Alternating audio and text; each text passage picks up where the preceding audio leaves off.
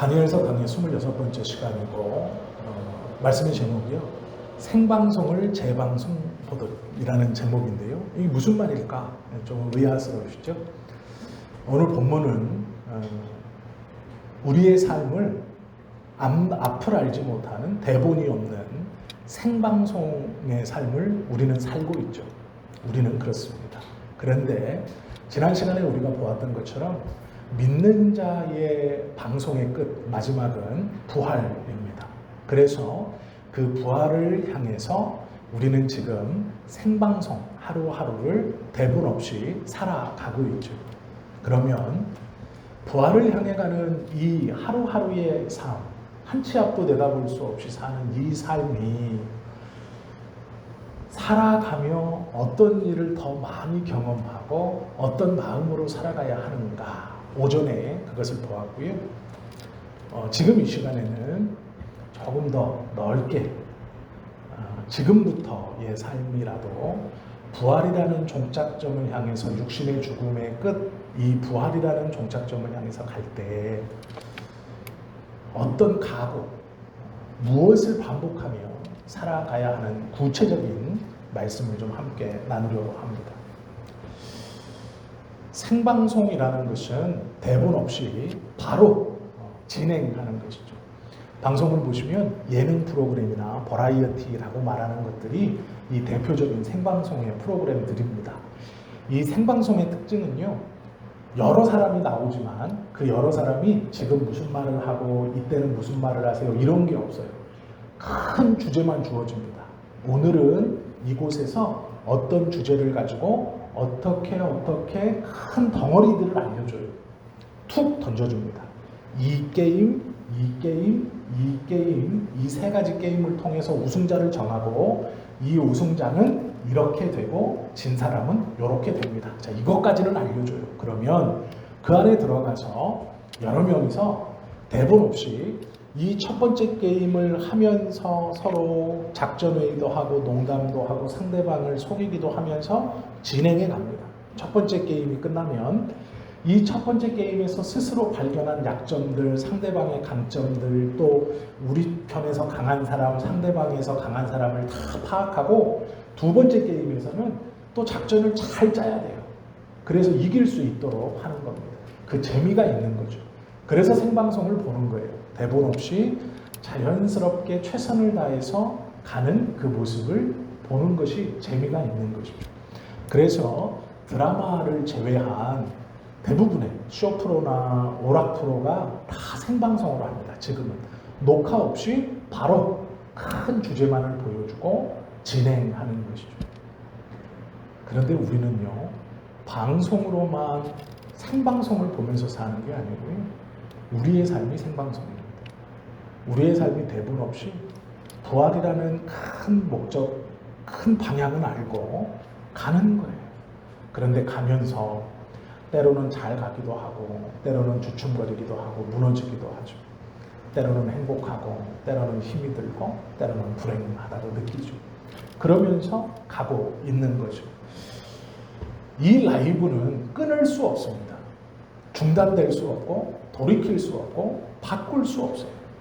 우리가 지난 시간에 세계 내 존재라는 것에 대해서 말씀을 좀 나눴죠. 세상 속에 살아가는 존재.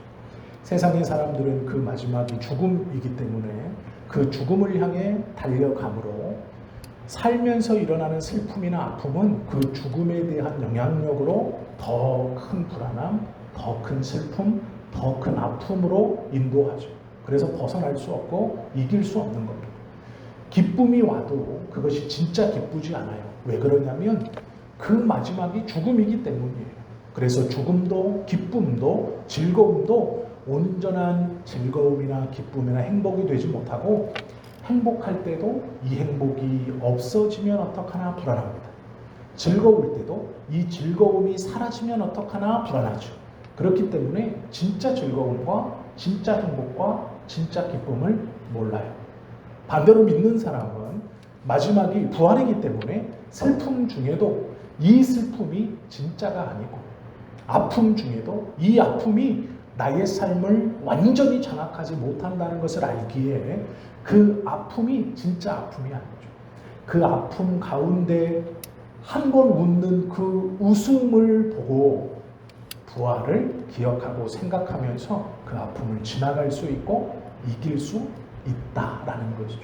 그러기에 이 사람은 기쁨이 진짜 기쁨이 되고 행복이 진짜 행복이 될 수 있다라는 것이 세계 내 존재에 사는 사람과 그리스도 안에서 사는 사람의 차이다라는 것을 나누었죠. 오늘은요, 조금 더 구체적으로 우리의 삶은 생방송입니다. 즐거움도 있고 행복함도 있지만 대부분의 삶이 좀 불안하죠. 두렵죠. 왜요? 대본이 없기 때문에 그래요. 결론은 알고 있지만 그건 아직 너무 멀게 느껴집니다.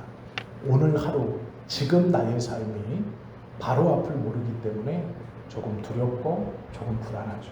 그래서 긴장하게 되고 그 긴장이 조금 과하면 움츠러들게 되고 어떤 사람이 무슨 말을 하면 그것을 그대로 받아들이지 못하고 곡해하게 되죠. 두려움과 불안이 있기 때문에 그렇죠. 그런데 기억해야 될 게 있습니다. 그것이 무엇입니까? 지금 이 생방송은 큰 틀에서 대본이 있어요. 1시간 뒤에, 10분 뒤에, 1분 뒤에 대본은 없지만 큰 폼이 있습니다. 이 폼에서 벗어나지 않아요. 그게 무엇이냐면 부활이에요. 부활이라는 이 큰 틀에서 절대로 벗어나지 않습니다. 이것을 기억해야 돼요. 그러면 지금의 생방송을 생방송처럼 살지만 재방송 보듯이 살 수 있어요. 왜요? 마지막을 아니까요. 사도행전에 보면 14장 22절에 이런 말씀이 있습니다. 우리가 하나님의 나라에 들어가려면 다 바라는 거예요. 하나님의 나라에 들어가기를 다 바라죠. 우리가 하나님의 나라에 들어가려면 그 뒤에 말이 이런 말이 따라옵니다. 많은 환난을 겪어야 할 것이니라. 하나님의 나라라는 결론은 알고 있는데 그곳을 향해 가려면 중간에 많은 환난이 있어요. 그냥 기쁘고 그냥 즐겁고 마냥 행복하게 하나님의 나라에 가면 좋겠지만 그렇지 않다고 성경은 말해요. 하나님의 나라에 들어가려면 많은 고난과 어려움을 겪어야 할 것이다. 이렇게 말해요. 그래서 성도는요, 이 두 가지를 같이 갖고 가는 거예요. 하나님의 나라, 부활이라는 마지막을 끌고 또 현재의 어려움과 고난을 함께 붙들고 가는 거예요.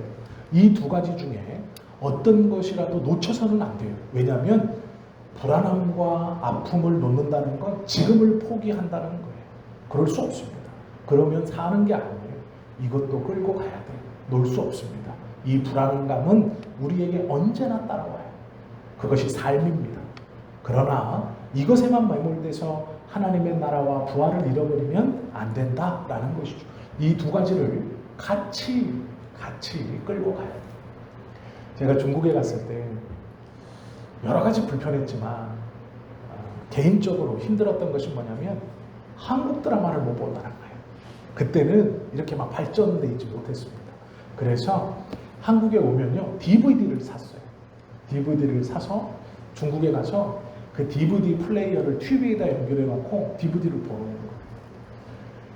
근데 이 DVD를 볼 때 처음에는 이제 한국에서 사서 이제 갑니다. 근데 값이 비싸요. 이 CD 한 장당 뭐 25,000원, 15,000원 막 이래요.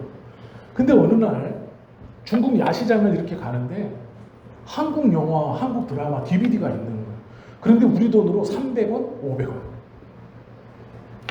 얼씨구나 좋다 해가지고 사서 이제 틀어봤죠.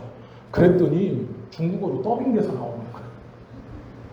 한국 드라마인데 중국어 더빙이 나와요. 이게 중국이니까 그렇겠죠. 그런데 이 DVD 좋은 점이 뭐냐면 자막이 CD 안에 들어있습니다. 그래서 자막을 한국어로 설정하면 말은 중국어인데 자막이 이렇게 나와요. 물론 문맥이 좀 어색하긴 합니다. 그런데 자막이 나와요. 그래서 무슨 내용인지 파악하는데 문제가 없어요. 그 다음부터는 한국에서 CD를 사지 않고 중국 야시장을 돌아다니면서 이 최신, 막 그때 한참 떴던 런닝맨 뭐 이런 거, 무한도전 같은 걸 이렇게 CD로 사서 봤어요. 너무 재밌더라고요. 그 신간이 한국에서 이번 주에 나오면 이게 다음 주에 나오는 게 아니에요. 한 달 아니면 한 달 반 정도 텀이 있습니다. 여기서는 한 달 전에 한 건데 이 CD로는 한 달 반 뒤에 정도 나와요. 늦으면 2달. 그러면 제 입장에서는 벌써 몇 월 며칠 걸 봤거든요. 근데 시장에 가면 안 나와요, 이게. 빨리빨리 나왔으면 좋겠는데 안 나옵니다. 한 달이고 한 달 반 기다려요. 그럼 어떻게 하느냐? 그 전에 샀었던 것들을 돌려보는 거예요. 그러니까 또 보는 거죠. 봤던 걸 봐요. 그런데 재밌는 건요. 한 번, 두 번 보면 나중에 자막을 꺼요. 중국어로 나오는데 자막을 끕니다. 왜 그러냐면 자막이 없어도 여러 번 봤던 거라 무슨 말인지 알겠어요. 중국어로 얘기를 하는데 한국 사람들이 더빙을 해서 그런데 자막에 한글을 키지 않아도 그 내용을 대충 알겠어요. 여러 번 보니까 그렇게 되더라고요. 같은 프로그램을 여러 번 봤죠. 새로운 CD가 나올 때까지. 생방송을 재방송처럼 본다는 건 그런 겁니다. 다 이해할 수 없어요. 다 못 알아들어요. 하나님의 계획, 하나님의 인도하심 다 몰라요. 그런데 알 수 있을 것 같아요. 하도 많이 봐가지고 유재석이 무슨 말 하는지, 정준하가 무슨 말 하는지, 박명수가 무슨 말 하는지 그전에는 자막이 꼭 있어야 이런 말이구나 이래서 웃는구나 했는데 그게 없어져도 지금 이런 말이지 하고 웃게 돼요. 같이. 전혀 이상하지 않아요. 우리의 삶이 생방송입니다. 잘 몰라요. 어떻게 인도하실지, 내 삶에 무슨 일이 벌어질지, 이 앞은 어떤 것이 있을지. 그런데요, 같이 웃을 수 있고 같이 슬퍼할 수 있는 이유가 있어요. 그게 무엇이냐면 우리의 삶은요, 생방송이지만 재방송과 같아요.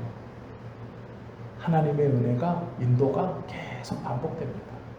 그래서 이해할 수 없고 다 이해할 수 없고 완벽하게 동화될 수는 없지만 불안하지 않을 수 있어요. 너무 큰 두려움에 쌓이지 않을 수 있어요. 그것이 우리의 삶을, 생방송의 삶을 재방송처럼 보는 거예요. 그런데 이렇게 살 때 중요한 게 있습니다. 오늘 8절 9절에 보면 순양과 순염소가 나와요. 그래서 이 순양과 순염소가 믿는 자들을 막 들이받습니다. 고난이 있어요. 아픔이 있죠. 그리고 나서 이 양들과 이 염소, 즉 하나님을 대적하는 이들에게 허락된 정해진 시간이 있어요. 성경은 며칠이다 이렇게 써놨습니다. 그런데 이 말이요 공통되지 않습니다. 어느 때는 1220일, 어느 때는 몇 주야 이렇게 나오면서 헷갈리게 해놨어요. 2300주야? 13절, 14절에 나오는 2300주야가 낮과 밤에서 2300일인지 아니면 월요일부터 주일까지 하는 일주일, 이 한 주야에서 2300일주일인지를 몰라요. 또 계시록에 보면 1335일이라고도 표현해요. 그리고 한때와 두때와 반때라고 써 있습니다. 모르겠어요. 그런데 중요한 게 있어요. 이것이 며칠이냐가 중요한 게 아니고요. 법칙이 중요해요. 법칙. 무슨 법칙이 중요하냐? 먼저는 정해진 날이 있다는 거예요. 영원히 계속되는 게 아니라 처음과 끝이 정해져 있어요. 숫자. 우리가 헤아릴 수 없고 판단할 수 없는 수이지만 분명 시작과 끝이 있어요. 이게 중요한 거예요. 그리고 성경은 한때, 두때, 세때라고 계속 늘어난다고 말하지 않고 한때, 두때, 반때라고 얘기해요. 줄어드는 거예요. 정해짐이 있습니다.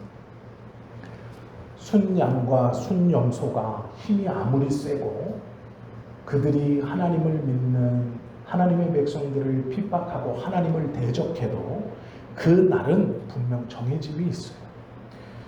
우리의 고난의 날이 분명 정해짐이 있어요. 그러나 그 날이 영구하지 않고 분명히 줄어드는 정해진 날이 있다라는 거예요. 이걸 기억해야 돼요. 내가 다 이해할 수 없고 내가 완벽하게 소화시키지 못하지만 중요한 법칙, 끝이 있구나. 정해짐이 있구나. 한때, 두때, 세때로 계속 늘어나는 게 아니라 한때, 두때, 반때 줄어드는구나. 끝이 있구나. 라는 것을 꼭 기억해야 한다라는 것이죠. 이것을 기억하면서 분명한 것은 하나님의 승리가 분명히 있다라는 거예요.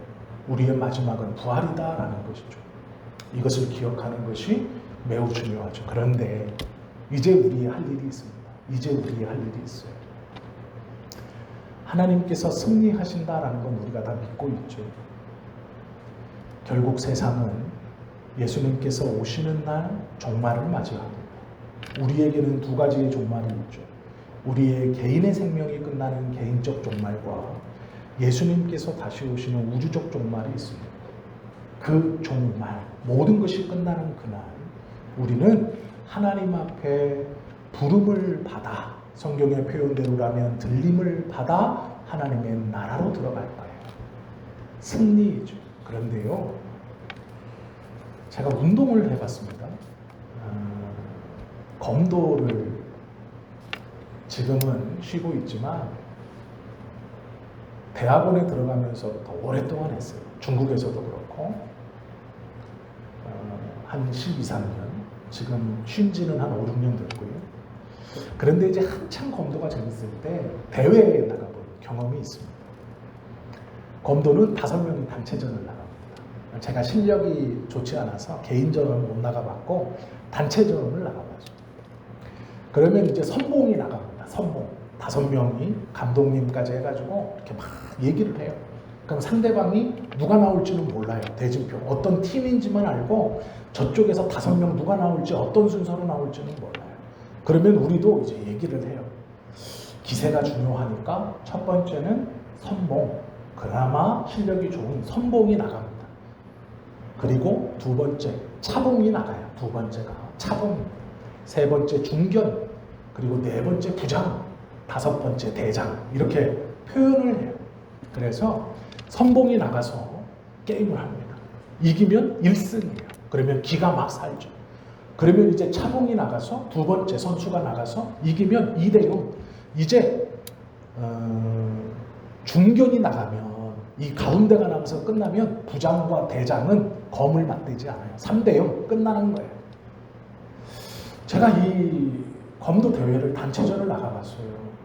선봉도 해보고 이 차봉까지는 해봤습니다.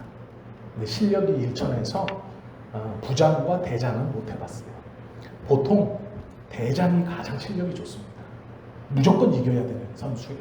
그래서 가장 검력이 높은 사람을 대장에 5번째에 둬요. 그리고 이제 이 기선을 제압하기 위해 선봉, 그 다음에 차봉보다는 중견과 부장. 그러니까 선봉이 이기고 두 번째가 지고 세 번째, 네 번째가 이긴다. 이런 작전으로 가요. 그리고 대장은 제일 마지막에 제일 고수가 버티고 서 있는 거예요.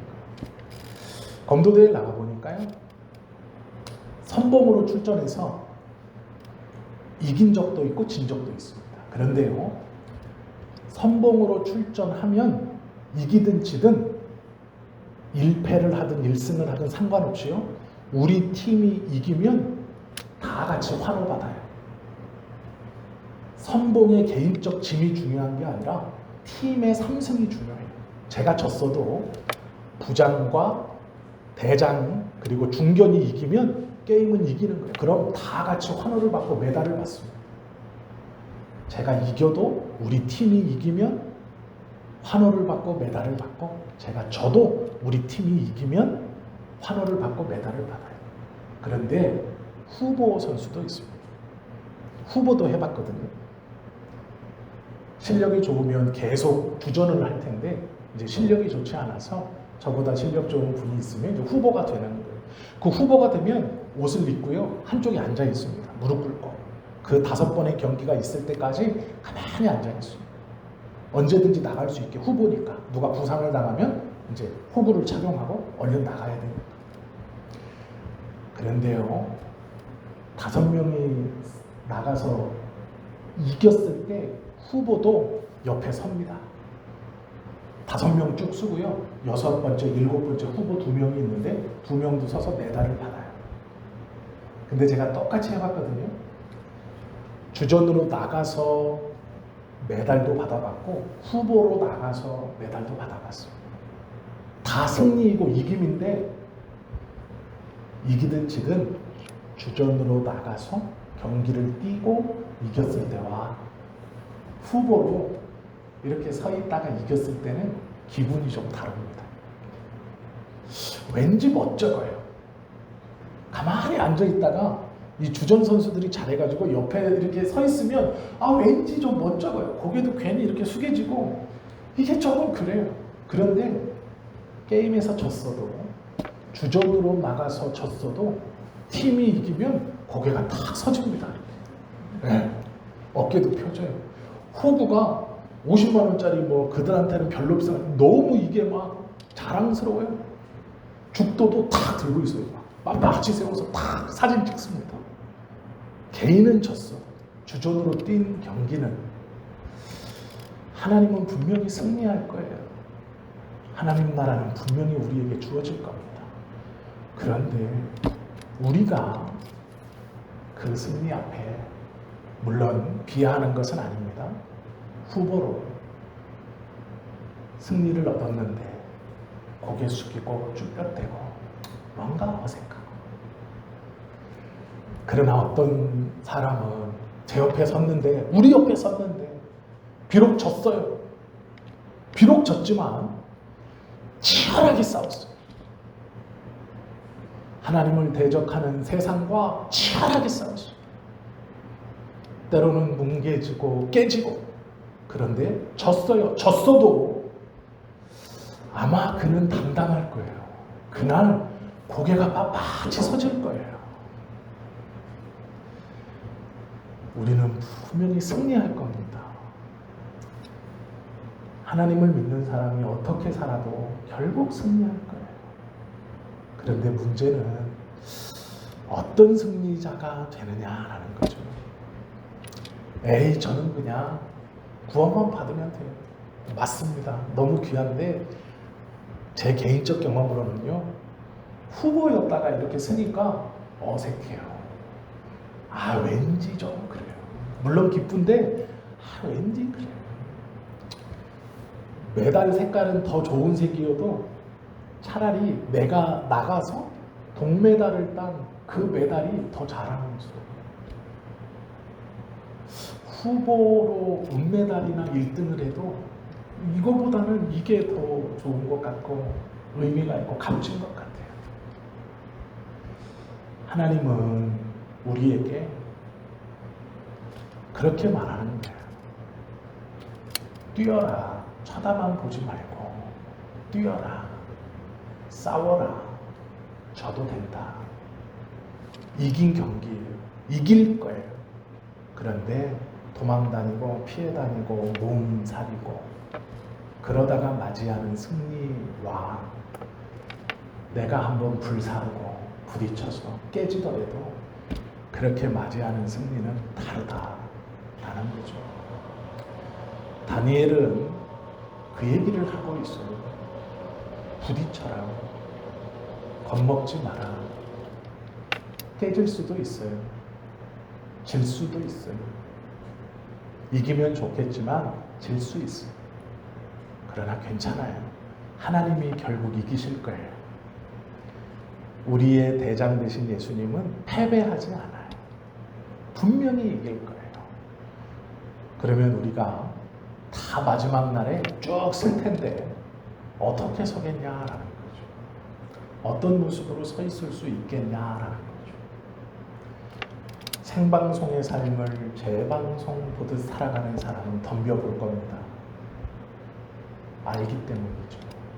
그러나 그 생방송의 삶이 두렵고 무서워 움츠려만 들면 물론 승리하겠지만 좀 부끄러울지도 몰라요. 그만한 기쁨을 누리지 못할지도 모릅니다. 이김이지만 다 같은 이김은 아니에요. 제 개인적 경험을 보면 그래요.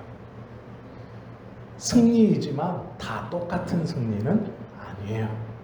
아니더라고요. 똑같지 않더라고요. 마음이 다르더라고요. 그 누리는 기쁨이 다르더라고요. 세상 대회도 이런데 하나님 나라에서 누리는 승리는 어떨까요? 하나님 나라에서 누리는 기쁨은 더 다른 거죠. 우리가 해야 하는 일은 하루하루 덤비면서 사는 거예요. 승리를 믿으니 지금 덤벼보는 거죠. 조금 불안해도, 조금 두려워도, 조금 무서워도, 조금 자신 없어도 움츠려들고 가만히 서 있고 숨어 있는 삶보다는 앞으로 나가 죄와 피 흘리기까지 싸우고 그곳에서 비록 치더라도 믿음으로 한 걸음 한 걸음 전진해 나아가는 것이죠. 운전을 하다 보면 옆에 이제 비싼 차들이 지나갑니다. 뭐 그걸 떠나서 노회 모임이나 총회 모임을 가면요, 저하고 나이 차이가 뭐 한두 살 나는 목사님인데 좋은 차를 타고 오시는 분들이 있어요. 물론 교회도 크죠. 차도 좋아요. 또 어떤 분은 부모님이 좀 돈이 많아요. 그래서 목회는 그렇게 저기 하는데 이렇게 좀 잘 사는 분이 있어요. 그 노회 모임에 가면 저는 이제 스포티지를 타고 갑니다. 저는 제 차를 굉장히 좋아해요. 절대 오해하지 마십시오. 타고 가면 가끔 생각해요. 가끔, 매번 아닙니다. 가끔 하나님 나도 저 차 좀 타게 해주세요. 이렇게 할 때 있어요. 아니 솔직한 말. 나이 차이도 안 나는데 막 이렇게 좋은 차 타고 주차장에서 딱 내리면 서로 내리면 속으로 그래요. 한 번씩 하나님 나도 저 차 타게 해주세요. 그 말은요 차를 바꿔달라는 게 아니에요. 교회가 성장해서 성도들도 많아지고 목회도 좀 이렇게 힘있게 해서 그렇게 해달라는 말이에요. 그걸 차로 표현한 거죠. 그런데 그게요 이런 마음입니다. 들어오면 하나님 저는 언제 저 차를 한번 타볼까요? 저도 한번 저런 차 타보게 해주세요. 그런데요 들어주시면 좋고 안 들어주시면 말고 그건 별로 중요한 거 아니에요. 들어주시면 좋아요. 그런데 안 들어주셔도 별로 상관없어요. 상관없습니다. 차는 저한테 그러는 거예요. 근데 오토바이는 달라요. 오토바이 타고 가는데 더 좋은 오토바이가 뭉 지나가고 옆에 있잖아요. 그러면 우와! 더 간절해요. 하나님 저 오토바이도 저도 타게 해주세요. 이거는 차보다 한 4배 간절해요. 예, 차는 들어주면 좋고 안 들어주면 좋고지만 오토바이는 들어주셔야 됩니다. 뭐 한 이 정도. 그런데요 그것도 별로 중요한 거예요. 오늘 다니엘 8장을 읽어보면서 느끼는 게 있어요. 자동차는 들어주셔도 좋고 안 들어주셔도 좋아요. 오토바이 좀 들어주시면 좋겠어요. 그런데 믿음으로 사는 건 달라요. 하나님 나라에서 쭉 서 있는 건 달라요. 이제 내가 심판대 앞에 설 건데 어떻게 쓸 거냐는 달라요. 나도 선수. 솔직히 말씀드리면 제가 목사라서 자연스럽게 받을 수 있다고 생각하는 구원 아닌 것 같아요. 그건 부끄러운 것 같아요. 내가 목사라서 저 구원 받겠죠. 왜 안 받겠어요? 평생 내가 믿음을 얘기하고 하나님의 나라를 얘기하고 뭐 구원 받겠죠. 제 안에 믿음이 있죠. 그러니 구원 받겠죠. 그런데요 그거 말고요. 그거 말고 정말로 선수로 나가 싸워 지는 이기들 정말 열심히 믿음으로 살아서 하나님 앞에 고개 탁 들고 우리 주님 맞이할 수 있는 그런 믿음은 다른 거예요. 그런 기도는 다른 거예요. 뭐가 되고 싶고 뭐를 해주세요라는 것과는 달라요. 다니엘 8장을 보면서 각오하는 것은 그것과 비교될 수 없어요. 그냥 그렇게 맞이하는 승리, 그냥 그렇게 맞이하는 구원, 그거 말고 정말 하나님 최선을 다해서 한 걸음 한 걸음 열심히 걸어가서 때로는 지고 때로는 물러섬이 있더라도 한번 하나님 앞에 부끄럽지 않게 나중에 하나님 앞에서 고개 빳빳이 좀 들고 나 열심히 살았으니 하나님 좀 봐주세요. 나 모른 척하면 나 서운해요. 감히 그렇게 말할 수 있는 믿음의 삶을 살아가고 싶습니다. 다니엘은요 그렇게 살아요. 정말 치열하게 살아요. 하나님 앞에 부끄럽지 않기 위해서 그렇게 살죠. 믿음의 사람은요 다 그렇게 살더라고요. 여름 성경학교 주일학교 아이들에게 요셉의 이야기를 전하려고 요셉의 이야기를 다시 처음부터 천천히 읽었어요. 그런데 요셉도 똑같아요. 보디발의 아내가 유혹했는데 그걸 떨쳐내면서 하는 말이 뭐냐면 하나님께서라고 얘기해요. 하나님께서. 다니엘서에는 하나님이 요셉의 이야기에서는 하나님이 등장하지 않거든요. 직접적으로 말씀하셨다는 기록은 없어요. 그런데 놀랍게도요 다니엘은 하나님을 의식하며 살아요. 보디발의 아내가 다니엘을 유혹할 때 다니엘이 다 거절하면서 하는 말이에요. 당신의 남편이 나에게 이 집의 모든 것을 허락했지만 당신은 아닙니다. 그리고 내가 하나님 앞에서 범죄할 수 없습니다. 믿음의 사람들은 그렇게 살아요. 하나님 앞에서. 바울도 마찬가지죠. 내가 복음을 전한 후에 오히려 내가 버림을 받을까? 그 말은 하나님 앞에서요. 다니엘도 마찬가지입니다. 하나님 앞에서. 우리의 삶도 마찬가지이어야 하죠. 멋진 인생 살아야죠. 잘 먹고 잘 사는 인생 말고요. 하나님 앞에서 멋진 인생. 목사라서 당연히 받는 구원 말고 그거 말고 믿음의 사람으로 치열하게 살아 값진 은혜, 값진 구원, 값진 승리. 그 구원을 받고 싶은 거죠. 더 큰 부와 더 큰 명예는 우리 것이 아니어도 돼요. 괜찮습니다. 그런데 욕심내야 할 게 있어요. 믿음으로 사는 겁니다. 하나님을 인식하고 믿음 안에 사는 겁니다. 다니엘처럼. 이건 부러워해야 돼요. 좋은 차 타는 거 해주시면 좋고 에이 뭐 안 해주셔도 상관없어요. 그런데 이건 부러워해야 돼요. 믿음으로 치열하게 사는 열심히 사는 최선을 다해 사는 그렇게 살기 위해서 지금 이 생방송의 삶을 재방송 보듯 살아야 돼요. 믿음으로 하나님의 승리가 결국 주어질 것이니 지금 내가 한 치 앞을 알지 못하지만 결국 그 승리가 주어질 것이니 살아가는 거예요. 생방송을 재방송 보듯. 어떤 의미인지 다 이해하시죠? 하나님은 우리에게 그런 삶을 살아가기를 원하실 겁니다. 그래서 힘있게 구원을 이루어가는 삶, 부끄럽지 않은 구원을 붙들고 가는 삶, 구경꾼이 아닌 땀 흘리면서 열심히 참여하는 후보 선수 아닌 주전 선수로서의 믿음의 삶을 살아가는 삶. 그래서 결국 시상대에 설 텐데 그 승리의 날 주님 앞에 설 텐데 어떻게 서 있을 것인가? 그날을 좀 한번 생각해보고 그날에 부끄럽지 않게 우리 모두가 고개 들 수 있는 모습으로 예수님을 맞이하는 그런 믿음의 삶을 사실 수 있기를 예수님의 이름으로 축원합니다. 기도드립니다.